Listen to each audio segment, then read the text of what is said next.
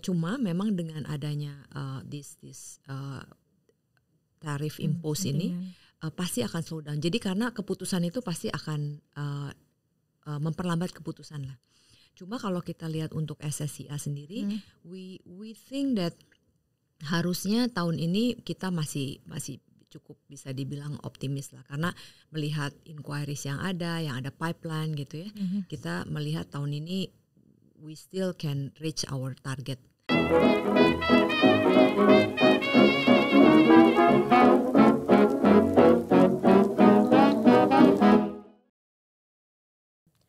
Halo teman-teman investor ajaib semuanya, jumpa lagi di acara Cuan Talks kita hari ini.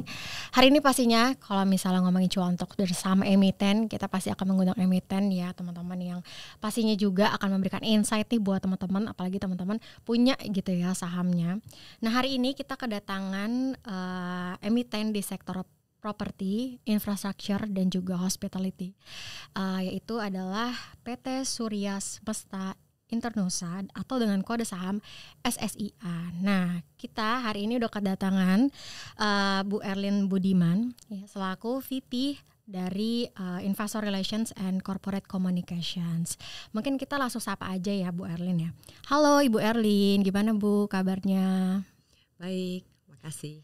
Nah, mungkin Bu Erlin bisa cerita sedikit nih Bu terkait dengan SSIA, kira-kira milestone-nya tuh seperti apa sih, dan tadi ya untuk beberapa segmen bisnis mungkin bisa di-infoin juga nih buat teman-teman investor ajaib gitu ya, buat yang mungkin kan ada teman-teman juga yang belum familiar gitu ya sama bisnisnya SSIA gitu ya teman-teman, ya Bu ya, mungkin bisa di-share nih kira-kira seperti apa sih singkatnya terkait dengan bisnis SSIA dan juga milestone-nya. Oke, ya terima kasih juga ini sebelumnya atas undangannya ya dari Ajaib Sekuritas. Mungkin saya sedikit kasih gambaran. SSIA ini sebetulnya sudah berdiri lebih dari 50 tahun in the business. We were part of Astra Group in the beginning itu. Hingga tahun 90-an kami resmi berdiri sendiri. Nah, pada awal mulanya SSIA ini bergerak di bidang properti, jadi residential property. Baru setelah tahun 85 we are embarking into the hospitality business segment. Nah, jadi setelah itu ada properti, hotel. Nah, tahun 90-an itu baru kita memasuki bisnis konstruksi, di mana kita akuisisi Nusaraya Cipta. Dan juga tahun 95 kami memulai mengoperasikan industrial estate yang berlokasi di Kerawang dengan nama Surya Cipta City of Industry. Jadi hingga saat ini kita memiliki 3 main business segment, yaitu property sebagai our main business, yaitu adalah kita punya bread and butter, kemudian ada konstruksi dan juga ada perhotelan.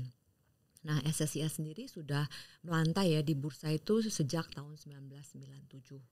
Nah, our construction arm sudah juga listed sejak tahun 2013 begitu. Baik, menarik ya teman-teman tadi bisnisnya dari SSIA. Memang mungkin buat teman-teman tadi udah juga ada yang punya gitu ya, dan mungkin buat teman-teman yang belum punya jadi bisa tahu nih kira-kira sektornya tuh seperti apa sih, segmen bisnisnya apa aja gitu ya. Nah kemudian Bu Erlin mungkin bisa dilihat ya bahwa kalau kita lihat kan memang kondisi ekonomi kita tuh memang lagi slow down gitu ya Bu ya. Gak cuman Indonesia aja tapi global pun juga diproyeksikan di tahun 2025 ini tuh akan mengalami penurunan lah, apalagi dengan beberapa sentimen negatif dari global ya terkait dengan ketidakpastian tarif dan sebagainya. Nah mungkin bisa dijelaskan nih, kan kalau kita lihat di per Desember 2024 ya kita melihat bahwa SSIA ini cukup solid ya Bu ya kinerjanya. Nah kalau untuk recurring revenue yang dimiliki oleh SSIA itu untuk salah satunya mungkin kita lihat ada kenaikan yang cukup signifikan Bu dari secara year on year-nya. Mungkin bisa di-share nih Bu, apa sih yang memberikan penyebab gitu ya terkait dengan recurring revenue-nya SSIA tuh mengalami kenaikan di tahun lalu. Ini mungkin saya sedikit juga tambahkan tadi sekilas SSIA supaya para ini ya audiens lebih paham gitu. Under our property saat ini kita mengelola itu ada 2 lokasi. Jadi tadi saya bilang dari Kerawang itu kita mulai tahun 1995, jadi udah 30 tahun ya. Sampai tahun 2020 itu baru kita menambahkan our portfolio industrial estate namanya Subang Smartpolitan. Karena kami sadar juga we need to replenish our inventory. Jadi kalau kita lihat setelah 15 tahun ya, 95, 15 tahun kemudian ya baru 25 tahun kemudian baru kita menambah, kita membuka lahan baru yaitu di Subang Smartpolitan. Jadi ada 2. Kemudian konstruksi under Nusaraya Cipta. Nusaraya itu sebagai high rise builder. Jadi kita fokus untuk melayani atau pembangunan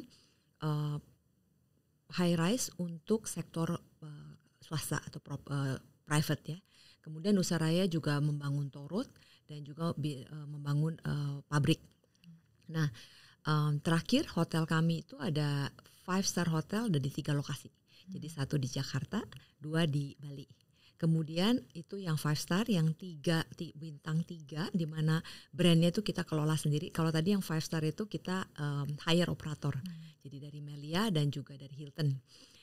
Kalau yang 3-star, we have 7 location. Jadi ada 3 lokasi, 3 city di Sumatera dan 4 city di Jawa. Nah, tadi pertanyaannya adalah kenapa tahun lalu itu recurring. Jadi kalau kita lihat sebenarnya kalau lihat dari recurring itu bisa dibilang kenaikannya kalau saya lihat is about 5%. Sebenarnya nggak terlalu signifikan. Tapi kalau dilihat dari sisi kalau kita pilah satu-satu dari sisi properti, konstruksi dan juga hospitality itu kalau kita lihat properti itu naiknya cukup signifikan karena memang tahun lalu kita kehadiran anchor tenant yaitu BYD. Ya kalau nggak salah kita tahun lalu itu cetak di sekitar 6,2 triliun rupiah. Jadi kalau secara konsol itu kita naik sekitar 38%. Nah itu the greatest contributor adalah dari kenaikan revenue property. Nah, kalau berbicara lagi dari sisi recurring income itu 5% dari komponen recurring income itu mainly coming from the hospitality sector. Tahun lalu hospitality sektornya kami itu naik sekitar 4%. Itu bisa dibilang is the greatest achievement for the past sejak malah kalau kita bandingkan dengan tahun 2019 sebelum COVID. Ini hospitality kita itu mencetak 940 miliar rupiah dibandingkan sekitar tahun 2019 itu sekitar 800 miliar rupiah. Jadi kenaikannya cukup baik ya.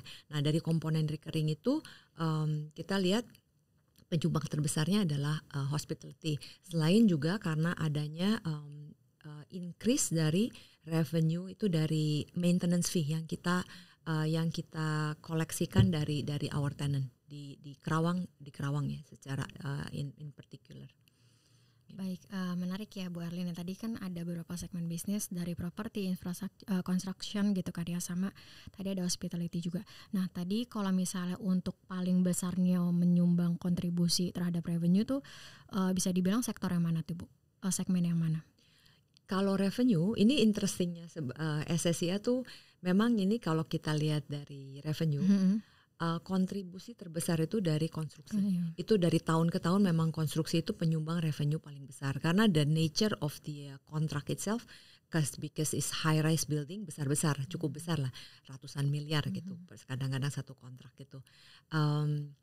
Namun kalau kedua itu tahun lalu properti. Nomor 2 properti penyumbang revenue, ketiga hospitality.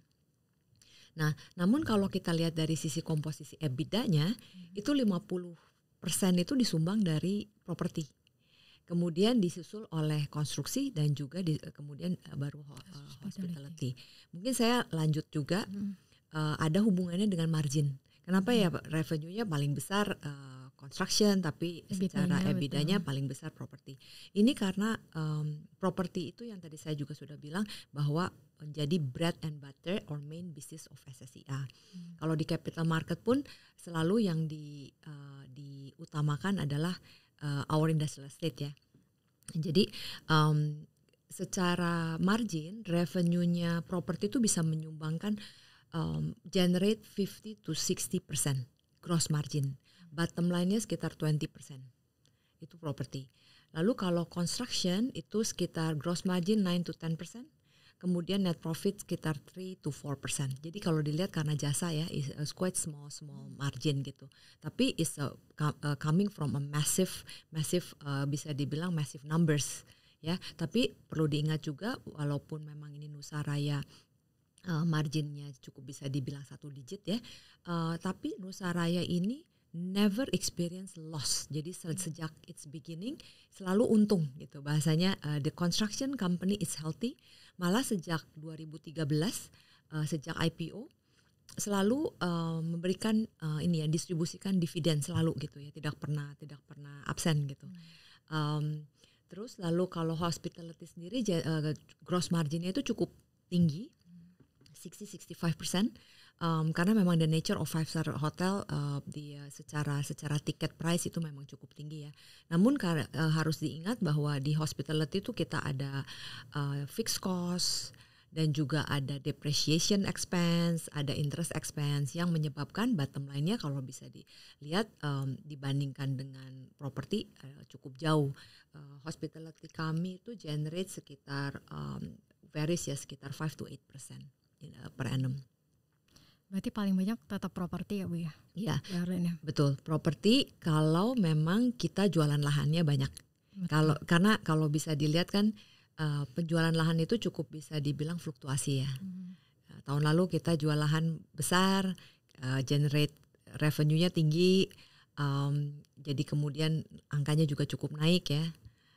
Kalau memang kayak tahun ini kita juga melihat mungkin secara marketing sales tidak seperti tahun lalu gitu, tapi ya diharapkan pricingnya lebih baik dari yang kita capai tahun lalu gitu.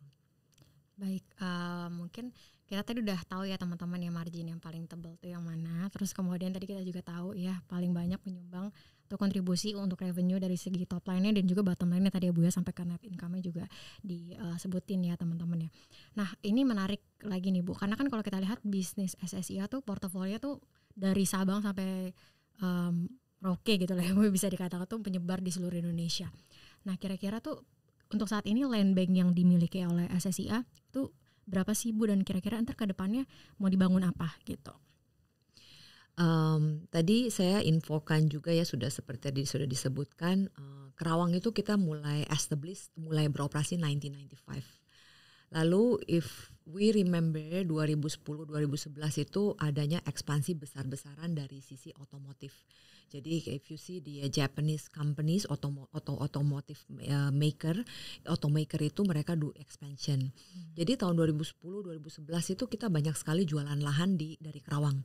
Hingga kita melihat lahannya perlu di-replenish. Saat ini moving forward today, Kerawang itu today we probably have around 35 hectares gitu, sekitar segituan. Yaitu bisa dibilang within this year atau next year sudah selesai ya. Nah, Subang sendiri today we have 1,650. Jadi close to 1.700 hektar.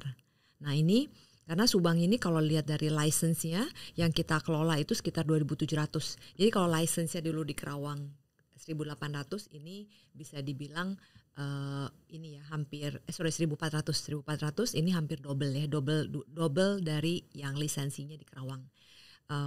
Lahan ini masih cukup banyak karena kita juga baru jualan tahun lalu sekitar over 140 hektar lah, jadi so still a lot for development, karena kita juga baru buka fase pertama ya. Fase pertama 400 hektar yang baru kita buka. Jadi berikutnya masih ada fase 2, 3, dan 4 dan lain sebagainya. Ini masih panjang lah ceritanya untuk Subang itu. Oke, menarik ya. Tadi yang untuk di Subang tuh masih ada 1.000-an ya Bu ya, 1.700-an. Secara tadi land bank, secara gross. Nah itu untuk kira-kira fase 2, misal fase 3 itu akan dibuka di saat memang udah ada tenannya atau nanti akan seperti apa Bu skemanya? Fase 1 itu kita sudah launching 2010 ya. Kemudian kan BYD came in. BYD required is a big land bank. Jadi kita offer BYD itu di fase 2. Jadi BYD itu bukan di fase 1 tapi berada di fase 2. Jadi sebenarnya saat ini kita sudah buka fase 1 sama 2. Dan fase 2 ya khusus buat BYD we actually develop that memang lahannya sudah tersedia but we do speed up the land development untuk serah terima pada BYD bulan Desember kemarin. Nah, fase 3 hopefully itu kita nanti akan in stages sih. Jadi karena kita juga untuk menjaga capital ya, recycling capital. Fase 1 jualan dan we have the recycle capital dan follow by the next phase. Semoga tahun kelihatannya fase 3 itu mungkin tahun depan atau 2007 ya kita 2027. Nah itu ya teman-teman yang menarik ya. Jadi tadi ada beberapa fase yang dibuka ya terkait dengan lahan di Subang ya Bu ya, yang harusnya jadi salah satu lahan yang paling terbesar yang dimiliki SSIA gitu ya Bu ya saat ini. Ya, saat ini itu our flagship project lah bisa dibilang, karena kalau kita lihat capex yang kita anggarkan tahun ini saja sekitar 3,6 triliun rupiah ya. Itu 2,4 triliunnya itu kita dedikasikan untuk Subang land acquisition dan juga land development. Nah, sisanya 1,1 triliun kita alokasikan untuk Melia Bali renovasi. Karena kita juga mau speed up ya. Melia Bali itu kita harapkan by end of this year sudah buka kembali. Sekarang kan lagi renovasi, tutup benar-benar 100% tutup. We would like to speed up the renovation. Oke, sorry Bu, tadi untuk capex untuk tahun ini tadi ya masih dialokasikan paling banyak untuk di Subang, terus sisanya di Bali ya Bu ya? Iya, Melia Bali. Nah, kita balik lagi nih tadi ke sektor perhotelan, mungkin juga buat teman-teman yang sering vacation gitu ya Bu ya, pengen tahu juga nih kira-kira kalau untuk SSIA sendiri itu ada nggak sih Bu ke depannya perluasan, mungkin ada buka hotel baru kah nanti untuk di tahun ini, kira-kira targetnya berapa, atau mungkin masih mau renovasi dulu, mungkin Bu Erlyn bisa share deh. Saat ini kita belum ada plan untuk additional hotel, at least for this year ya. Tapi yang sudah kita lakukan adalah we try to increase our revenue dari hotel yang sudah ada. Contohnya, I think I mentioned today just now adanya Umana Bali, Alexar Hotels and Resorts. Itu sebelumnya we just recently managed by Hilton itu tahun 2023. Jadi sebelumnya kita di manage by Banyantri.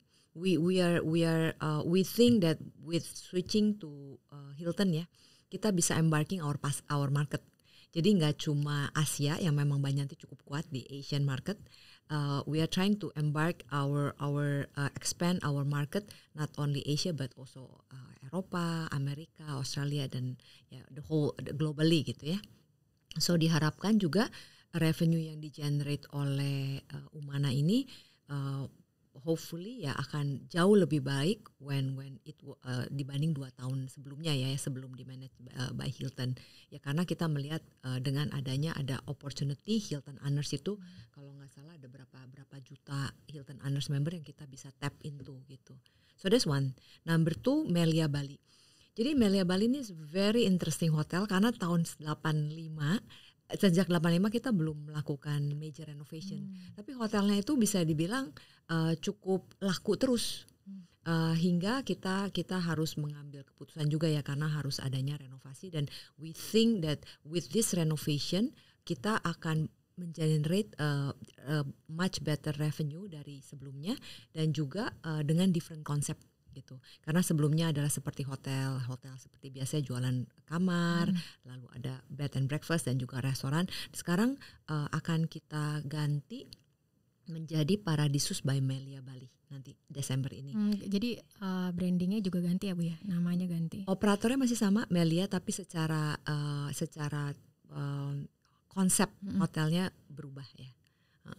Itu mungkin bisa di-share nih Bu, kira-kira daerahnya di mana sih, mungkin teman-teman investor aja pengen di-spill juga nih, mungkin lokasinya yang lebih spesifik lagi nih Bu Erlyn. Melia itu lokasinya di Nusa Dua. Jadi tahun 85 tuh we were the second hotel yang buka di Nusa Dua. Jadi masih sangat-sangat sepi ya saat itu ya. Terus fast forward kita melihat Nusa Dua makin ramai, lalu juga banyak sekali events ya di sana, dan kita juga melihat ya we need to improve ourselves by adding more restaurants, adding more meeting supaya bisa cater conference gitu. Juga kita akan ada additional activities ya yang akan kita provide di Paradisus by Melia Bali ini untuk family. Ya contohnya akan adanya water park yang kita sudah rencanakan gitu. Jadi kalau konsep Paradisus by Melia Bali ini adalah all inclusive package. Jadi a guest itu akan membeli package yang sudah included room yaitu dan juga F&B-nya. Jadi F&B-nya nggak cuma breakfast but all inclusive package selama mereka berada di premises-nya Paradisus by Melia Hotel ya, di Paradisus by Melia Bali ini. They can just go anywhere in any restaurants, so it's actually already bundled in one price gitu, one package. Oke, Paradisus by Melia Bali ya Bu ya. Nah itu teman-teman ya, jadi kalau teman-teman lagi ke Bali, nah mungkin bingung mau kemana, tadi bisa kasih itu tuh kalau misalnya udah jadi ya Bu Erlin ya. Nah sekarang kita sebenarnya curious juga Bu, selain di sektor hospitality, kita juga sebenarnya curious sama yang BYD yang kemarin itu loh, yang di Subang itu kan tadi sempat Bu Erlin juga mention gitu kan ya, BYD itu udah istilahnya udah punya lah sekitar 108 hektar ya Bu di Subang. Nah itu tadi termasuk fase 2-nya berarti Bu yang 108? Ya itu berada di fase 2 108 itu. Nah, kira-kira tenan-tenan yang lain tuh selain BYD mungkin bisa di-share gak sih Bu, apa aja sih Bu tenannya gitu, dan itu tadi skemanya tuh sewa ataukah tadi jual putus gitu kan ya, mungkin bisa di-share juga nih tadi selain BYD. Apakah semuanya ataukah semuanya jual putus atau ada juga yang sewa? Jadi sebenarnya gini, kalau kita lihat kalau moving backward ya, BYD itu sebetulnya kelihatannya tidak memilih Thailand dulu. Mereka melakukan investasi di Thailand, tapi karena ini juga thanks to the Indonesian government, ada pull factor from Indonesia, karena electric vehicle itu diberikan some tax ini ya, insentif istilahnya, bila mereka melakukan membangun pabrik di Indonesia dan juga ada komponen lokalnya berapa persen gitu, they actually getting that incentive. Makanya BYD sangat cepat mengambil keputusan dan lihat lokasi, lalu mereka ini ya langsung sign bulan April. Ya, terus juga kita juga harus segera serah terima di bulan Desember tahun lalu.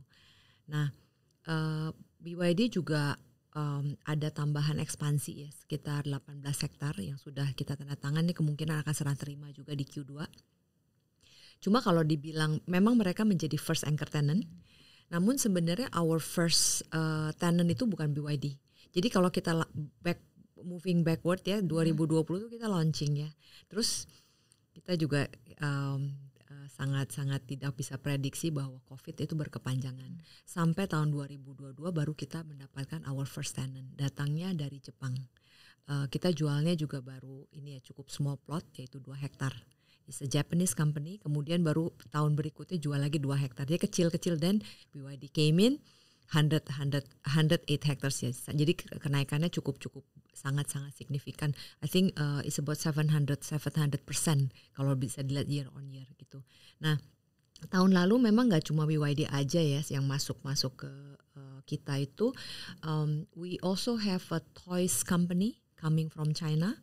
And also another garment related sektor datang juga dari China. Jadi tahun lalu itu bisa dibilang dominasi Chinese market ini cukup besar. Not only in Kerawang, not only in Subang, but kita juga lihat di Kerawang.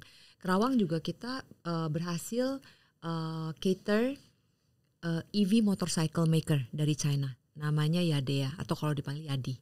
Itu they came to Kerawang, and then jadi kita bisa dibilang SSIA ini saat ini memiliki tenant yang cukup prominent ya, prominent di bidang EV, yaitu dari motorcycle-nya juga ada di kita, car maker EV car maker pun ada di kita gitu. Baik, menarik ya teman-teman ya. Nanti mungkin ke depannya apakah ada ekosistem tadi ya terkait dengan EV baterai mungkin akan ke Subang, kita mungkin udah ada di spill, ada nggak sih Bu yang kira udah melihat, udah meninjau lahan di sana kira-kira? Jadi memang ya kalau in the past kita lihat Japanese automaker itu pasti they apply the just in time ya, just in time.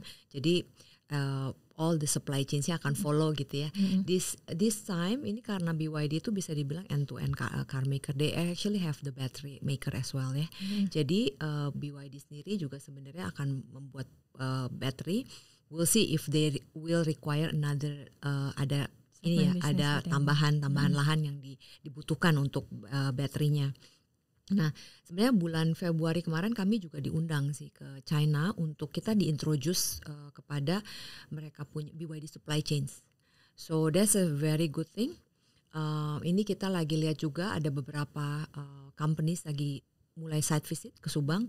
Hopefully in the next quarter or Q3 gitu kita bisa sign something at least from 1 atau 2 supply chains-nya gitu ya. So that's actually ada potensial memang di sana. Nah, jadi ada potensi untuk ekosistemnya ya Bu ya, nggak cuman EV-nya aja tapi ada juga baterainya juga bikin ekosistem tuh di daerah sana. Hopefully seperti itu ya Bu ya. Mungkin Bu Erlyn bisa jelasin juga kan sekarang tuh kemarin baru ada ya terkait dengan berita itu ada LG misalnya gak jadi invest di Indonesia. Nah itu kira-kira SSIA sendiri ini seperti apa sih Bu melihatnya gitu ya? Apakah dari segala macam kontrak yang diberikan gitu itu memang sudah finish atau seperti apa Bu? Bisa di-share juga. Jadi gini, memang setelah waktu ya kita juga lagi liburan waktu itu ya Liberation Day ya. Kita tahu this tariff tariff imposed by United States ini akan slow down the whole economy globally ya maksudnya. Cuma kalau kita lihat tanggapannya Indonesian government itu kita lihat cukup maksudnya berhati-hati dari sisi moneternya, kemudian coba berdiplomasi juga ke Amerika gitu ya. Dan kalau kita lihat ke belakang, China itu sudah actually kelihatannya China market they are actually getting ready untuk relocate their factories outside China. Jadi bukannya tahun ini saja. Kita sudah lihat kenapa why BYD came to Thailand, came to Indonesia karena they understand they need to be outside China. Jadi cuma memang dengan adanya this tarif impose ini pasti akan slow down. Jadi karena keputusan itu pasti akan memperlambat keputusan lah. Cuma kalau kita lihat untuk SSIA sendiri, we think that harusnya tahun ini kita masih cukup bisa dibilang optimis lah karena melihat inquiries yang ada pipeline gitu ya. Kita melihat tahun ini we still can reach our target. Tahun lalu tuh kita tutup di 162 hektar. Tahun ini diharapkan we close at 137 hectares. Memang turun karena tahun lalu itu ada anchor tenant. Jadi namun we see the pricing tahun lalu karena ada anchor tenant kita berikan harganya spesial. Tahun ini adanya kenaikan pricing itu sekitar 20% gitu kenaikan pricingnya dari tahun lalu.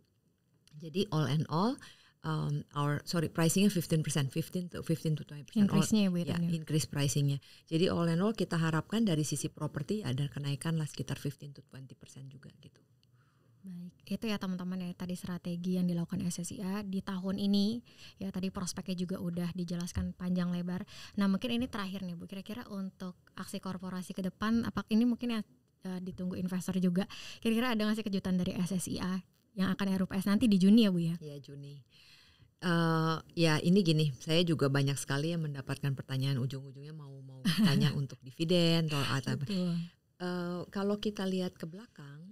Selama SSIA generate net profit itu saya nggak bisa bilang ke depan ya karena ini kan belum ada keputusan. Tapi kalau kita lihat secara historical, normally when we post a positive net profit, we will distribute dividend in the AGMS. So diharapkan tahun ini juga karena tahun lalu kita cukup baik ya bisa dibilang our net profit itu increase more than 30% compared to 2023. Jadi ya, kita harapkan juga dividen will be distributed dan kalau dilihat payout ratio kita sejak 2011 itu berada di average 30%. So that's saya bisa spill itulah. Cuma belum, tinggal dihitung aja ya teman-teman. Belum, dan kira-kira tapi ya. belum ada keputusan ya. Maksudnya Tetap di RUPS nanti ya Bu ya, RUPS. just looking at the historical data. Nah, thank you nih buat Bu Erlin ya, dari tadi udah sharing banyak sekali terkait dengan bisnis properti, apalagi di tengah ketidakpastian ini gitu ya Bu ya. Tadi ada tarif juga gitu ya. Dan mungkin dari Bu Erlin sendiri ini kira-kira bisa kasih closing statement nih buat teman-teman investor ajaib untuk sekali lagi memberikan prospek lah terkait dengan bisnis SSIA ke teman-teman investor. Ya, jadi kalau dengan situasi saat ini ya kurang, ya bisa dibilang tidak menentu ya. Yang mungkin yang kita tetap SSIA jalankan, we are very prudent in terms of doing our land banking. Dan juga kita tetap terus mencari peluang ya. Jadi we are also looking at the opportunity, nggak cuma di from China market, tapi juga we go to other countries gitu. Jadi I think all in all this year, walaupun for sure is not going to be easy, tapi kita masih harapkan ya, kita masih ada peluang itu untuk mencapai our target. And saya percaya Subang Smartpolitan itu akan menjadi driver yang akan menjadikan fundamental yang kokoh untuk SSIA. Jadi stay tune, cek juga selalu ya dari aplikasi Ajaib untuk news related to SSIA supaya nggak ketinggalan. Thank you Bu Erlin udah sharing terkait dengan bisnis properti, infrastruktur juga konstruksi dan hospitality yang memang jadi segmen bisnisnya SSIA. Nah mungkin itu aja ya teman-teman Cuan Talks kita di kali ini. Buat teman-teman semuanya, thank you udah nontonin ya Cuan Talks di hari ini. Sampai jumpa di Cuan Talks selanjutnya. Terima kasih Bu Elvia sudah hadir. Thank you. Thank you semuanya.